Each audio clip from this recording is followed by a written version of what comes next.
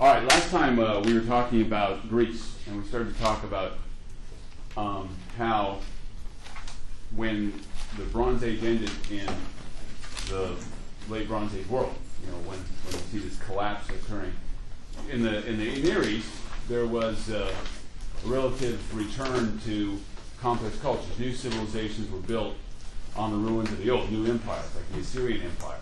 We discussed that. But we also saw that in the Aegean world, that was not the case. That instead we see a situation where you have a reversion to a simple culture that lasted centuries. It's sometimes called the Greek Dark Age.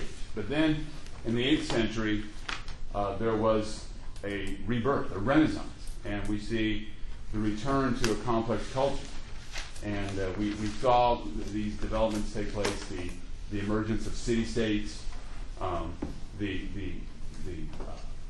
writing down, the return of literacy with the adoption of the Phoenician alphabet, adapting it to the Greek language, the return of trade, long-distance trade with the Near East, the return of specialization with the arts becoming more sophisticated in pottery and sculpture. And all these events were happening in the 8th century, and it started a period that is known by Greek historians as the Archaic period. Archaic comes from the Greek word for beginnings, and we see the beginnings of classical Greek civilization in this period of about 3 centuries, from the 8th century through about the year 500 BC. And it was also at this time that we see 2 city-states in particular emerge as leaders among the Greek city-states, and that would be Athens and Sparta. Well, today we're going to finish talking about the Archaic Greece, and then we're going to talk about the rise of Athens and Sparta and compare and contrast the government and the society and the culture that emerged in both Athens and Sparta. And then we're going to examine the so-called classical era. This is a period from around 500 to about the end of the 4th century. It's a period of about 200 years, and it's a period, it's sometimes called the Golden Age of Greece. Historians don't like to use words like Golden Age anymore. That was popular about 100 years ago. That's so 1920. But actually, it was a great period of great artistic achievement. When we talk about classics, usually a classic, there's classic Coke, and there's classic ESPN classic. When you watch, I don't know if there's any sports fans here, but when you watch ESPN classic, what do you watch? Anybody who watches ESPN classic? What do you see on ESPN classic? Older games. Older games. Games that are important. Classics. That's right, important games. Games that changed the way people look at sports. Isn't that true? Boy, that game was awesome. It was a classic. And then, how about classic rock stations? When you listen to classic rock stations, you don't listen to some song that was like never a hit and was like a song that was on some album. You listen to the great rock hits of the 70s, 80s, 90s. You listen to I don't know, what would be classic rock? Led Zeppelin, dude, Led Zeppelin. All right, so you listen to these things, and that's the same thing. When we think about classical, we think about the greatest achievements and we're talking about Athens and Greece and the classical Greece. We're talking about the great achievements in literature, in poetry, in drama, in sculpture, in painting, in the arts in general, and in literature and philosophy and history. And when you look at this period, it was a tremendously creative and productive period in the history of the arts. And for centuries after this period, Greek and Roman authors would look at this period and say, boy, we had something special at that time. That period was a classic. That's when of the greatest artistic products were produced. And that's how historians look at it as well. Now, the interesting thing about the classical period of Greek history is that it's a time of great artistic achievement and great poetry, great art, great literature, tremendous achievement. But it's also a period when the Greek city-states were almost constantly at war with each other. I mean, you look at the political history of this period, and you're wondering, these are the same people who could produce such great art, such great literature, such great philosophy, and they couldn't resolve anything. I mean, all they did was argue and bicker and point fingers and wage war against each other and struggle, and that's all, you know. And if you look at our Congress today, we can't really criticize them too much, can we? Because that's just the nature of politics. But in the Greeks, they were always arguing with each other, waging war, always trying to determine who was number one. We talked about how ever since you look at the Iliad and the Odyssey, that one of the most important values was being excellent, being better than everybody else, and that had political ramifications, because when you look at the classical period, it was a period of almost constant struggle, internal political struggle within city-states, and then city-states constantly waging war against each other. So that's what we're going to look at today. Now we're going to begin by talking about finishing up the Archaic period before we get to looking at city-states of Athens and Sparta. Now, one of the things we see happening during the Archaic period is that we see tremendous political and economic changes. And these political and economic changes kind of set the stage for the achievements of the classical period.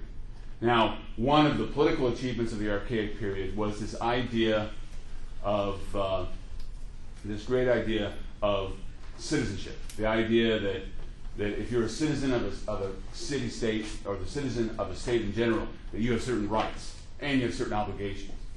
As a citizen, you have the right to participate in the political process, but you also have an obligation to serve your country either in a peaceful or in the battlefield as a soldier.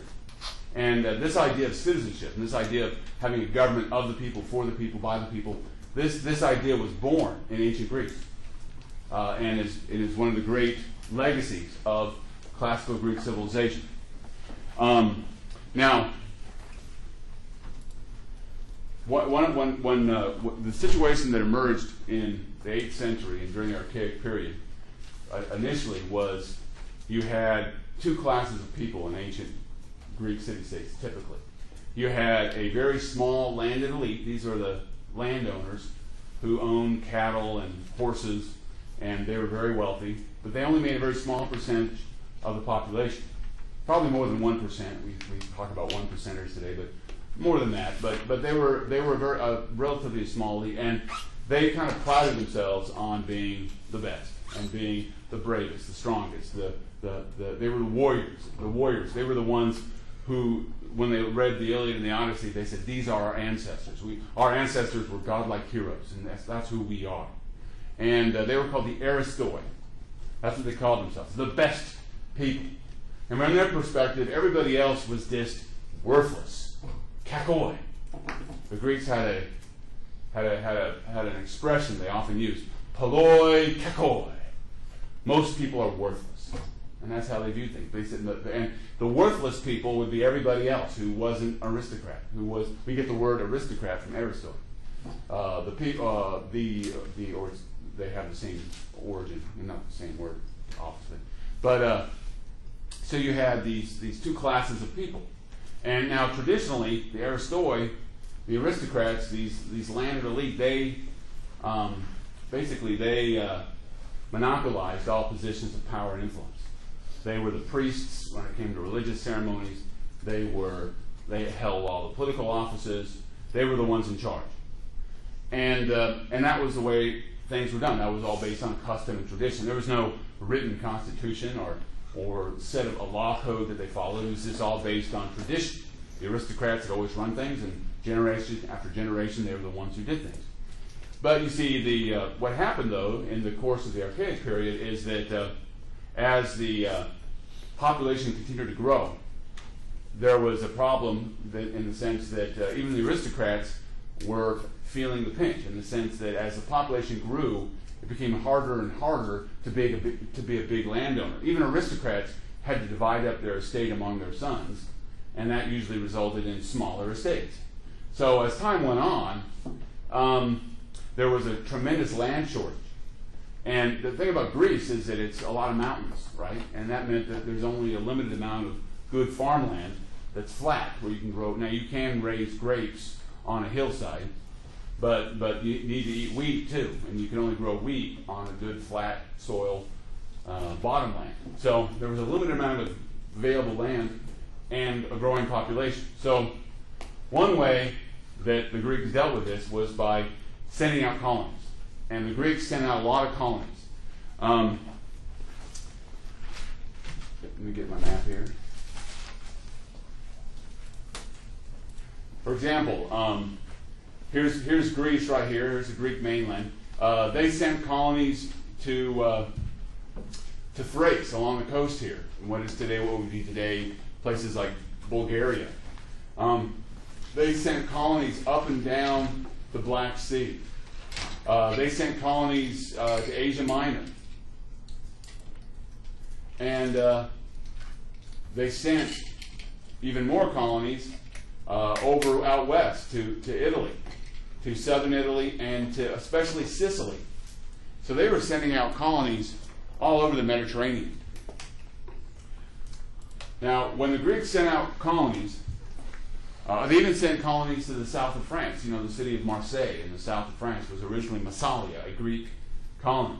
They even sent colonies to today, what is today Libya. The colony of Cyrene in North Africa, what is today Libya, was a Greek colony. So they were sending out colonies all over the place. Now, when the Greeks sent out a colony, the colony was completely independent of the mother colony. So when a city sent out a colony, that colony, as soon as it was founded, was an independent colony. It had its own government, its own system of government. It was completely independent. Now, there were cultural ties between the home city and the new colony, in the sense that maybe they brought their religious cults with them, and there were like ties of friendship between the mother city and the city, and the new city. But the colonies were all independent. Now, an important thing happened. When these colonies were founded, they didn't have any traditions. Basically, back in the home country, everything was just based on custom and tradition. But when you establish a new city, you have to have some kind of ground rules for the new colonists to live by. They have to have something, some set of rules.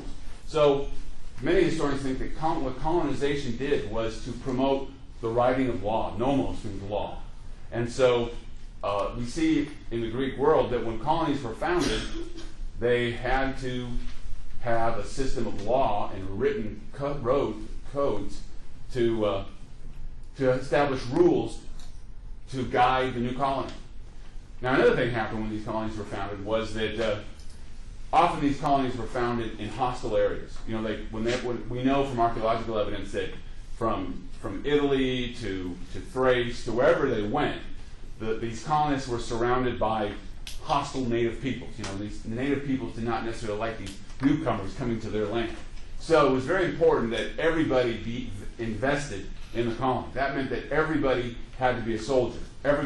All the men had to be ready at a moment's notice to fight and defend their colony. That meant that even the most common person had to have a stake in the colony. So in these colonies, you have this idea promoted that everybody in the colony, every citizen is equal, because every citizen is asked to stand up and fight for their community. So colonies promoted the idea that citizenship means participation in the political process, and it also means equality, political equality, and the obligation to fight for your community.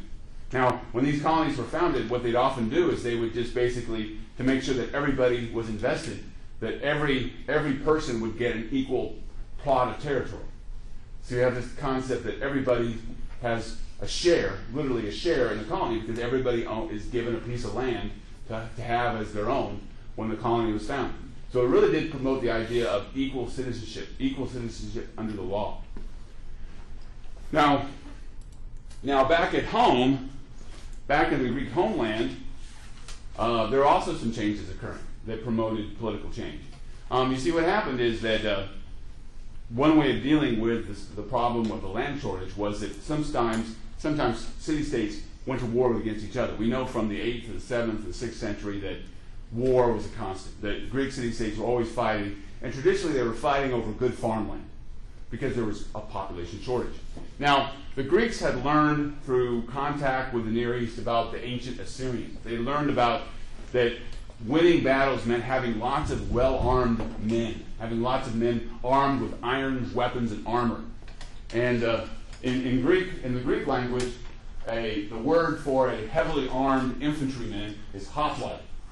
It comes from the hoplos, which is this big giant circular shield that they wore. Here you can see a picture of these two hoplite soldiers. They got the metal greaves, they got the helmet, they got the big old shield, and that was a hoplite. And they also learned from the Assyrians that if you have a bunch of these hoplites in a very tight formation called a phalanx, that you can basically, if you have a strong enough phalanx with good enough numbers, you can just basically drive back your enemy and win the day. But the key to success in phalanx warfare was having a big, large army. The bigger the army, the better. So that meant that the aristocrats no longer had a monopoly on military power. You know, in the days of the Bronze Age, when you had chariots and you had battles were fought with individual duels, you know, you could fight with just a small elite group of warriors. But with the development of phalanx warfare, that meant that aristocrats had to bring in the commoners into the army. That meant that, and once commoners were in the army, they weren't going to just be they weren't going to be passive observers anymore. Once they were fighting and dying for their country, they were going to be wanting some kind of voice in how the community was run. If you're going to die for your country, you want to at least have a voice in how you're going to, you know, what's going to happen. So the result was that what we see happening is there was a demand by the common people for more of a voice. Now, in many Greek city-states, what happened is that a powerful aristocrat would win the support of the masses and achieve dictatorial power. Now, in Greece, this was known as a tyrant. Now, tyrants have a bad name now. When we think of tyrants, when we think of tyranny, we think of a dictator and somebody evil. But in ancient Greece, initially a tyrant was any powerful man who was able to win the support of the masses and win the support of the phalanx army and achieve political power within their city. And now many of these tyrants had a reputation for cruelty and murdering their enemies and being vicious men, being very power hungry, and that's over time the term tyrant acquired more and more negative characteristics. But actually it was borrowed. The term tyrant, it's believed, was borrowed from a foreign culture. The kings of Lydia in Asia Minor, one of the titles of their king was tyrant. So it was originally a foreign title of a king that was adopted by the Greeks to describe these powerful military dictators who ran some of these cities. Probably one of the more famous tyrants was a man by the name of Kypselus. He was a popular military commander in Corinth, one of the cities in the Peloponnese, and he was able to use that success to overthrow the aristocrats who dominated the city up to that point, become the dictator, become the tyrant, and he actually was so successful he was able to pass on authority to his descendants as tyrants of Corinth. Another example would be Gelon. Gelon was able to win the support of the army in the city of Syracuse in Sicily and become a tyrant. Now, by the time 500 BC rolled around, the term tyrant was already acquiring all these negative characteristics. So Gelon declared himself king because that sounded better. I said, I'm not tyrant. I'm the Basileus. I'm the king of Sicily. But anyway, of Syracuse. So, but the idea of the tyrant, though, was this idea was rooted. The basic root of the idea of the tyrant was that a ruler had to have popular support. You couldn't just have the aristocrats dominate everything. You needed to have a government that could have the support of the masses. And the masses had a voice because they were the ones who made up the phalanx. They were the ones who made up the fighting force. Now, another factor that weakened the power of the aristocrats and strengthened the idea of popular government were some important economic changes. And most notably, the advance of a market economy in Greece by the time we get especially into the 6th century BC. And what made a market economy really take off in Greece was the introduction of coinage, money. You see, you got to remember up to this point, when it came to any type of economic exchange, it was barter. And even when they used like a medium of exchange, like gold or silver, you had to weigh it. You had to make sure that the weights were all correct. You had to, it was a big deal. I mean, economic transactions were a big deal because if you're bartering, you have to find somebody who has exactly what you need. And then if you have to use gold or silver, you have to sit down, you have to get out the gold, you have to weigh it. Then I don't like your measurement. I want to use these weights. No, I want to use these weights. It's a big deal. Any kind of transaction is time consuming, and you have to really have a lot of trust in the person you're engaging in this transaction with. But about 600 BC, the kings of Lydia, the Greeks got the term tyrant from the kings of Lydia. The kings of Lydia, one of their great contributions to the history of the world is that they, for the first time, had this idea of actually engraving on coins. They invented the coin, and they had a symbol of a lion.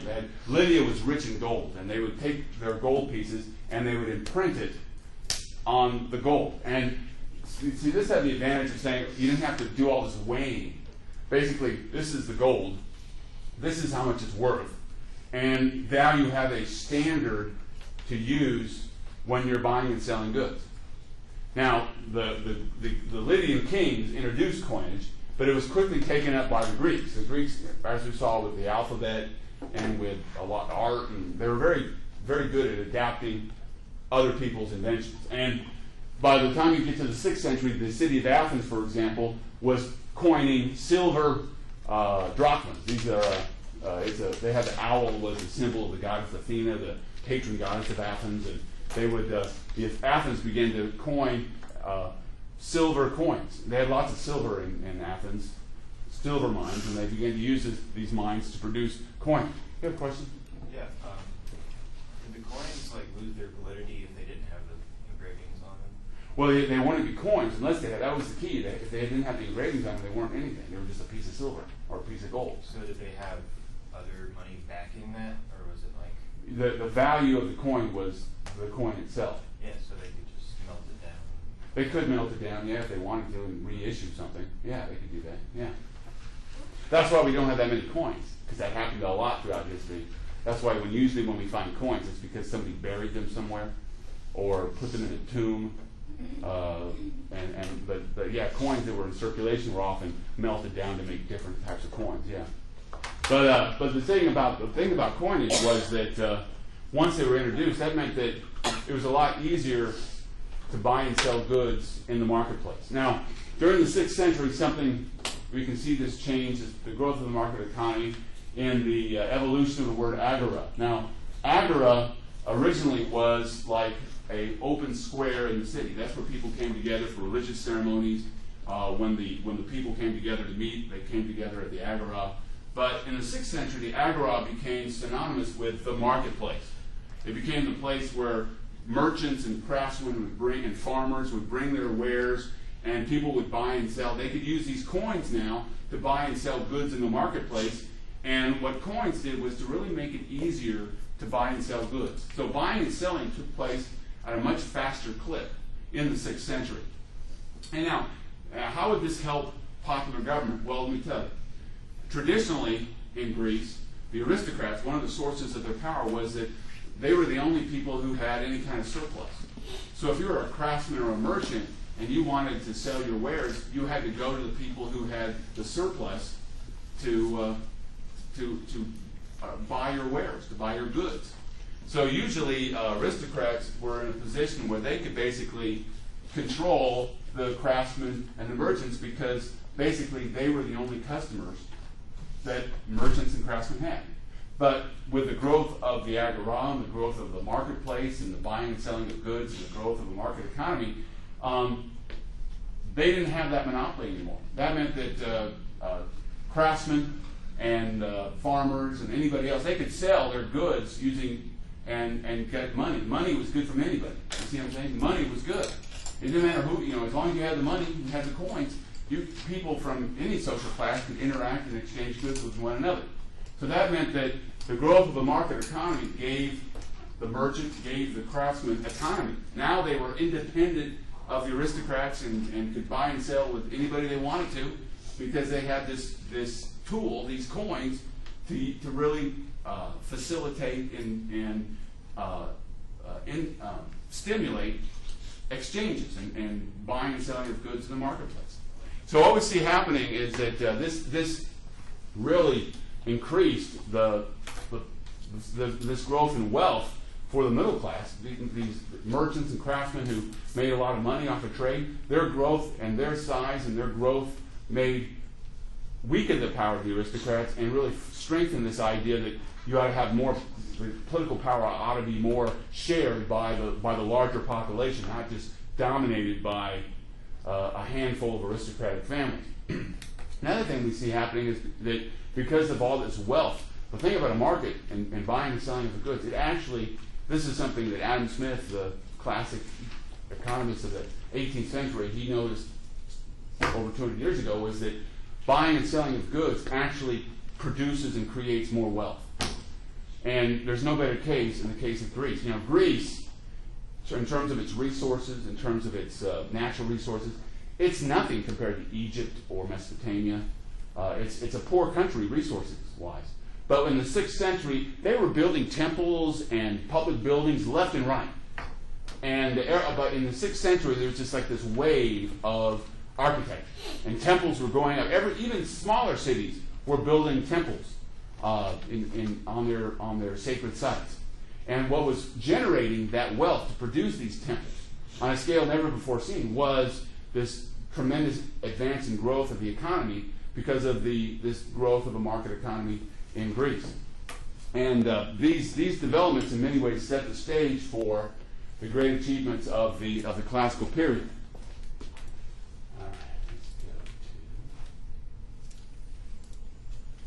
All right, now what I'd like to do is talk about how two different states arose during the Archaic period that would be the dominant states of the classical period. Now, these two states are Athens and Sparta. Now, Sparta was a state that really focused on power in the hands of the best people. They referred to their system as eunomia, good law. They believed that the few, they would really have approved of the motto of the Marines, the few, the proud, the brave, especially the few.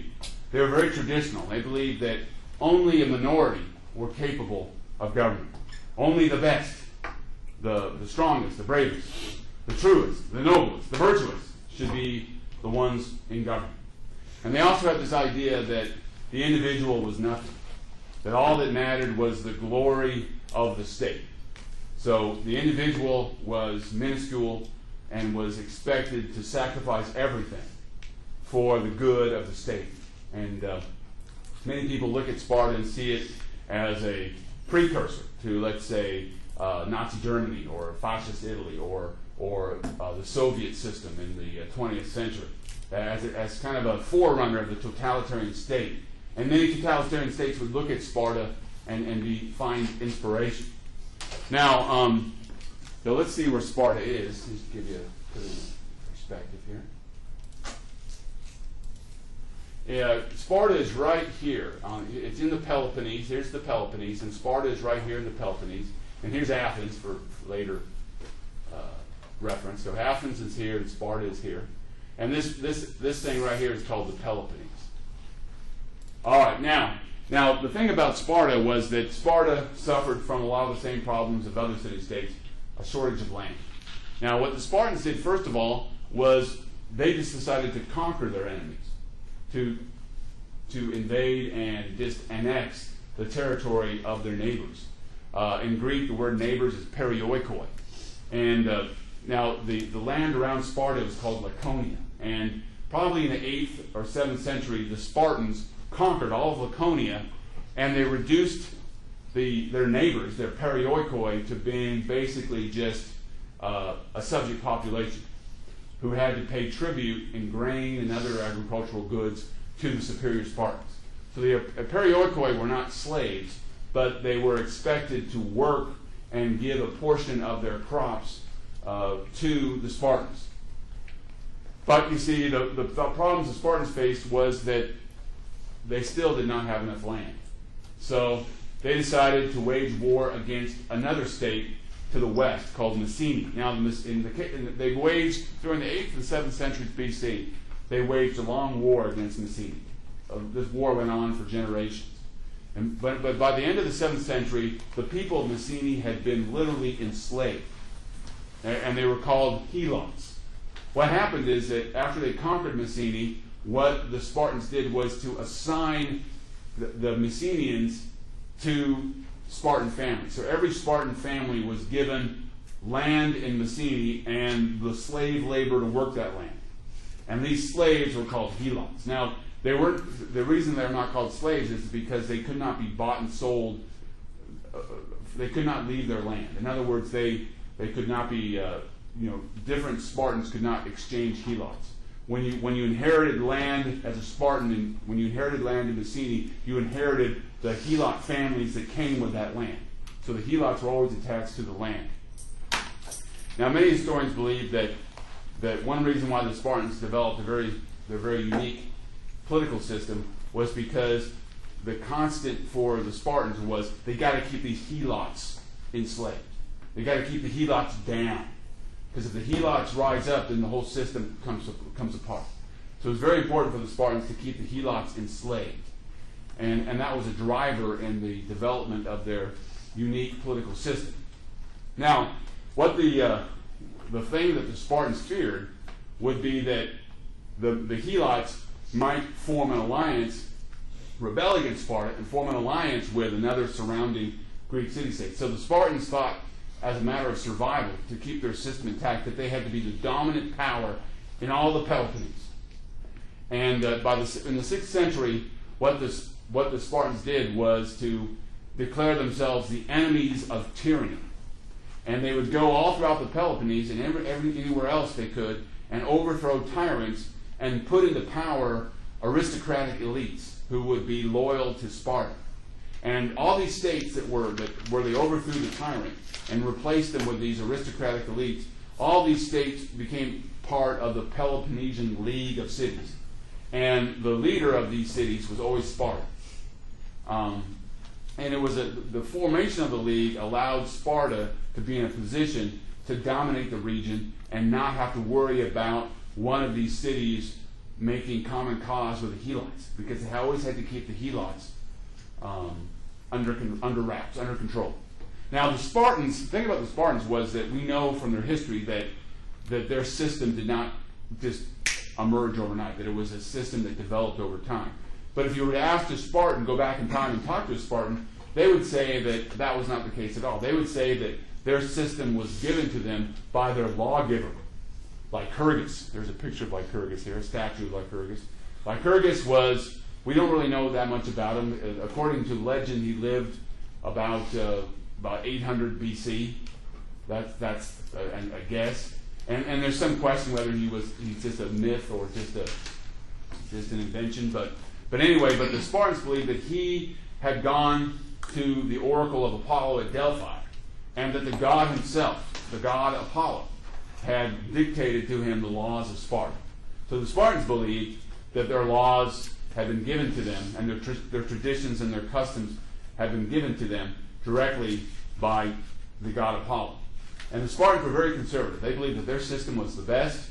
It made them brave, it made them strong, it made them true, and that any type of change was terrible, that they had to stay true to the customs and traditions of their past.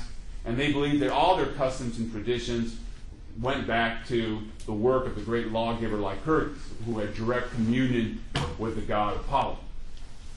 So the Spartans were very, very conservative.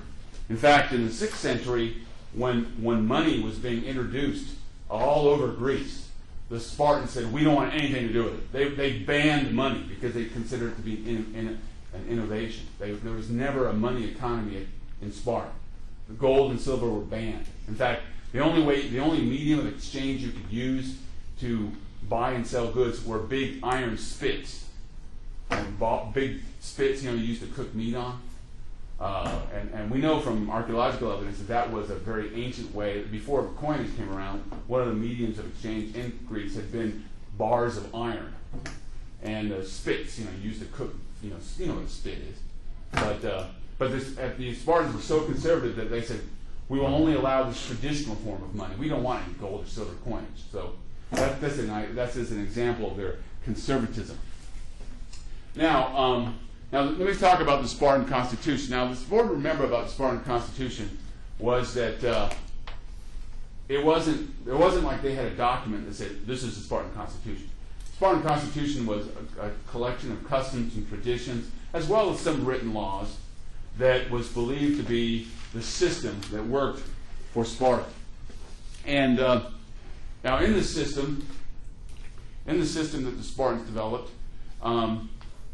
you had three classes of people. You had the Spartiates. The Spartiates would be the citizen class. These would be the only people who had political power. And then the Perioikoi, who we already mentioned, were subjects. They had no political voice, but they were expected to pay tribute to the Spartans. And then you had the Helots, who were basically slaves. So you had slaves, you had Helots, Perioikoi, and the citizen class, the Spartiates. Now the Spartiates, in the system that the Spartans had, all Spartiates made up the assembly, the Apella. And traditionally, throughout the Spartan history in the classical and archaic period, you usually had about 5,000 Spartians. So with a population probably about a quarter of a million to 300,000, you only had 5,000 men who could participate in the political process. So it was a system that was very elitist, very elite. So only this 5,000 men, adult men, could participate in the political system out of this huge population. Now the Spartiates, the Apella, could make laws. It could declare war and make peace, ratify treaties, and it was a court of appeal. Any Spartan citizen could appeal to the Spartiates, to the Apella, any decision made by a judge. So the Apella was a combination Supreme Court and legislature all rolled into one. Every man had a vote. Now the Spartiates, the Spartans had a very kind of primitive way of having elections. Whenever they wanted to take a vote, it was all by acclamation. Whatever made the biggest noise, in other words. So whenever they would just scream, whenever they had to have a vote. They didn't raise their hand, they didn't have a ballot. Whenever they had to take a vote, they'd have 5 men go so they couldn't hear or see, and they'd listen to who made the most noise. Who supports this guy? Ah! Okay, he'll win. Kind of like a ball game or something like that. I don't know. But that's how they voted, by a very primitive way of voting, acclamation. Now the Spartans, like I said, were very conservative, and usually the Apella only followed advice given to it by the Gerousia. The Gerousia, we get the word geriatric, it comes from the Greek word for old man, and the Gerousia was literally a council of old men. You had to be over 60 years old even to be in the Gerousia. And the way it worked, there were 28 Gerousia members, and whenever there was a vacancy, the only time there could be a vacancy would be when one of them died. And whenever they had a vacancy, then they would have an election, and the Apella would elect somebody to fill that spot for the guy who died. But it was these elders, these are 60 years and older, and basically they made all the decisions. And they basically, after they made a decision, they would make their recommendations to the Apella. And usually, since the Spartans were very conservative, and they always had great veneration for the elderly, they always respected their elders. So whatever went with the elders, the Apella followed. So whatever recommendations were made by the Gerousia, these recommendations were voted on by the Apella. It was only on a rare occasion where the Apella would go against the recommendations of the Council of Elders, or the Gerousia. Now, Spartans also had 2 kings. And these kings Basileus means king, and they were 2 royal families. And basically these royal families, their only function was to lead Spartans into battle. So whenever the Spartans went into battle, usually one of the two kings commanded them. But they had religious duties and military functions. But other than that, that was their powers were very limited. Now, in terms of running the government and serving as judges, you had what were called 5 ephors. And the ephors were elected on a yearly basis. They were elected from the Apella. And the ephors, they were judges, but they were also chief executives. So they ran the government on a day-to-day basis, but they also served as judges in judging legal cases. Now, any decision made by an ephor could be put on appeal to the Apella. So Spartans had that option of, they didn't like the decision of an ephor, they could take it to the Apella and get their decision, like the Court of Appeals. So that, in a nutshell, was the system that they developed in Sparta. Now, what made the Spartan system unique was the fact that this part of their constitution was the unique way that every Spartan citizen was raised. It was called the agoge, the education. And every Spartan male and female had to go through a rigorous process to become a citizen. It wasn't easy. It began the day you were born. In Sparta, on the day that every child was born, the baby would be brought to a special commission of elders, and if the baby had any defect at all, it would immediately be killed. So only healthy babies were allowed to live. Oh, this baby looks a little underweight. Toss it! They had a place where they tossed the babies. They toss them down a cliff. They just take the baby and whoosh, get rid of it. Now, the Spartans had a reputation of being the handsomest, strongest, biggest people in Greece, and probably because they practiced eugenics. I mean, they didn't allow little babies to live. Only big, strong babies made it past the review board. And that's the way it began. Now, when boys reached the age of 7, they were taken away from their family and they were raised by the state. They'd only see their parents occasionally from the age 7 onward. So they were raised collectively by the state. And little boys were raised to be very tough. And for example, they were given only a limited amount of food. And they were told, if you want to eat more, you steal. If you want to survive on the land, you can do it. But if you get caught stealing, we're going to beat you to death. So you better learn how to steal. You better learn how to be tough. Another thing they do is they organize all the boys into gangs. Organize them into gangs. They wanted to be in gangs, and they would encourage the gangs to fight each other, like in street battles. Because they wanted to get the toughest, the meanest.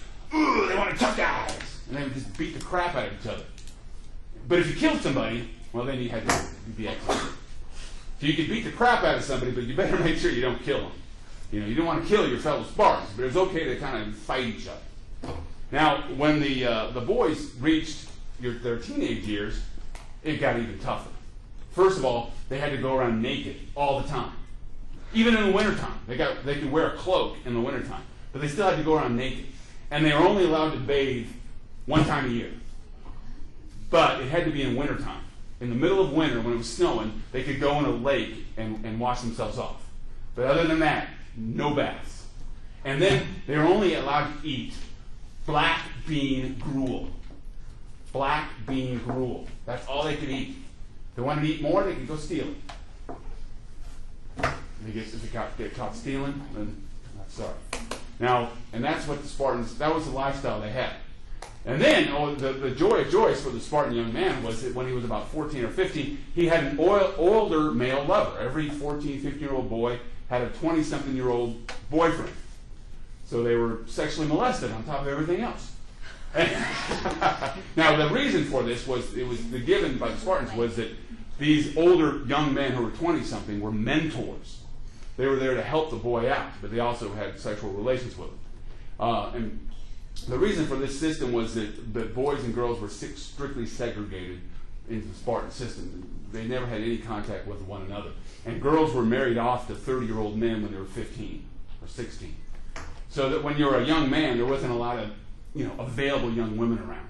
So I guess the 20-something-year-old guys looked pretty good, kind of like in jail, or something. But anyway, so that was the system the Spartans developed. And they were very proud of their system. They felt that this system of homosexual lovers made the Spartans stronger and braver because historically the older man would be the benefactor and helper of the younger man, and be his mentor and raise him up and support him. Even when the relationship stopped being sexual, they would still be friends till the very end. And the Spartans were very proud of these friendships that they developed with between the lover and the lovey. I don't know what the word would be. But anyway, now, when Spartans reached the age of 17 or 18, they would go through a special training period, 18 to 20, and they joined the Crupteia. Now, what would the Crupteia do? The Crupteia was a special organization of young men whose job was to kill helots. Now, this is what the Spartans did. The Spartans every year would declare war on the helots, just as a formality. Because if you kill somebody in war, it's not a contagion, it's not murder. So then every year, the Crupteia, these young men, they were called the Crupteia, means the hidden ones, because they would go into the helot villages and they would slaughter helots in the middle of the night. Now you think, why would the Spartans do that? Why would they slaughter their own slaves in the middle of the night, and only selective slaves? Well, the reasoning of the Spartans was they wanted to keep the helots scared. Because you could be a helot and you never knew if you were going to wake up the next morning. Because you might be the victim of the Crupteia and they might just cut your throat in the middle of the night. That's how the Crupteia operated. They were secret. They would come in there and kill you and then run out. So they'd use these 18 to 20-year-old guys as it's kind of like their secret police to kind of go in there, slaughter and murder helots, keep them scared, keep them off their game, keep them frightened, keep them intimidated.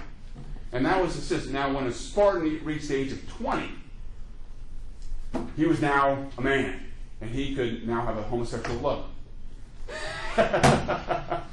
And from the age of 20 to 30, Spartans lived in the barracks. Every Spartan had to join a barrack. And it was you had to be invited. It was like rushing a fraternity. You had to be invited to join a barrack. Now, when you joined a barrack, that meant that you would have to contribute from your own estate and bring food for your fellow men in the barracks. Now, the Spartans were smart. They never had relationships within the men. You didn't have relationships with the men in your own barracks. That's why you went out with the 14-year-olds. But the barrack men were united. They shared their meals together. They lived together. They did everything together. They went to battle together. And from the age of 20 to 30, basically, you lived in the barracks. Now, when Spartans reached the age of 30, though, that's when they didn't have to live in the barracks anymore. They could actually get married when they were 30. They would marry 15-year-old girls. And but the interesting thing about the Spartans was that the Spartans were well known for their being faithful. The Spartans men were very faithful to their wives and loved their wives very often, and they had kids, so it was strange. They would go from being gay to being straight with having lots of kids, and it didn't seem to be a problem for them. In fact, if you were over 30 and you were still having relations with young men, it was considered sick. That's just crazy Spartans. All right, so, and then from the age of 30 to 60, you were kind of like in the reserves. Like, whenever the Spartans went into war, the 20 to 30-year-olds were the first ones called into battle, the ones living in the barracks. And then as times got tougher, when you called in the reserves, you'd call in the men, first the 30 to 40s, and then the 40s to 50s. And times were really tough, you would call in the 50 to 60s. That would really be hurting for men if you had to call up the 50 to 60-year-olds. But finally, when you were 60 years old, you got to retire. And then you could join the Gerousia if you got elected. So you got to retire when you were 60. Now, not many people lived to be 60 back then, but probably the only people who were in the Gerousia were the ones who survived. There wasn't probably a lot of candidates. But that was the Spartan system, and the Spartans considered their system to be the best, and they're very proud of their system.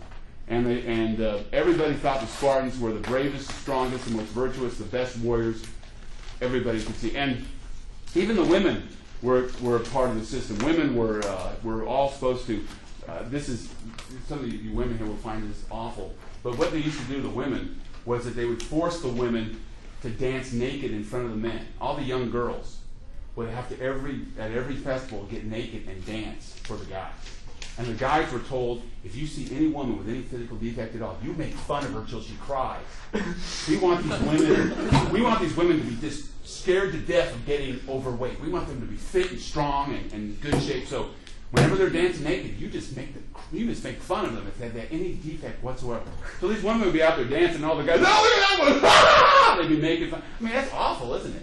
That's awful. Imagine living in such a system. But oh boy, the Spartans were the best, you know. And but Spartan women, they buy into it because the Spartan women used to always tell their men, whenever they went into battle, they'd say either come back with your shield or come back on it. Now, what did that mean? Well, you see, in the Spartan system, your shield was everything. So the only way, if you were running from battle, if you ran from battle, the only way you could get away would be to drop your shield. So if you didn't come back with your shield, that meant that you were a coward, that you had freaked out and you'd thrown your shield away, right?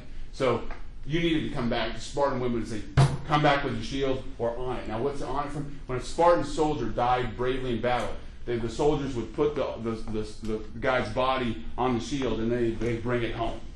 So all the barracks men would bring, like to the mom or the sister or whatever, they'd bring the guy back on the shield. It was a way of honoring the dead. So that's why they'd say, every woman would say to their husband, brother, father, or whatever, they'd say, come back with your shield or on it. Either die bravely fighting for your country, don't come back if you're a coward. We don't like cowards.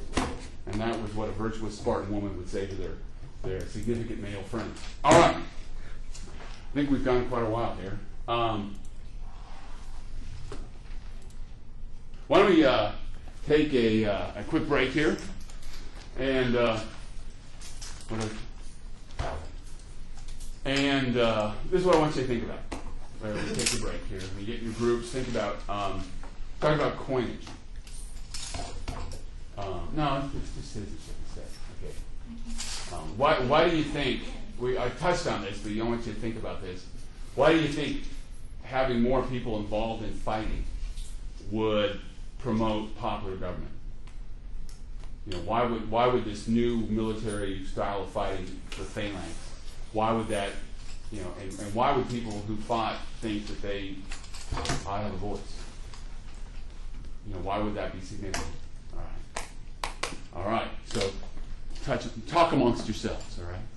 We'll take a little break here. About first of all, you want to stretch and do the bathroom and all that kind of thing. Go ahead. But, yeah.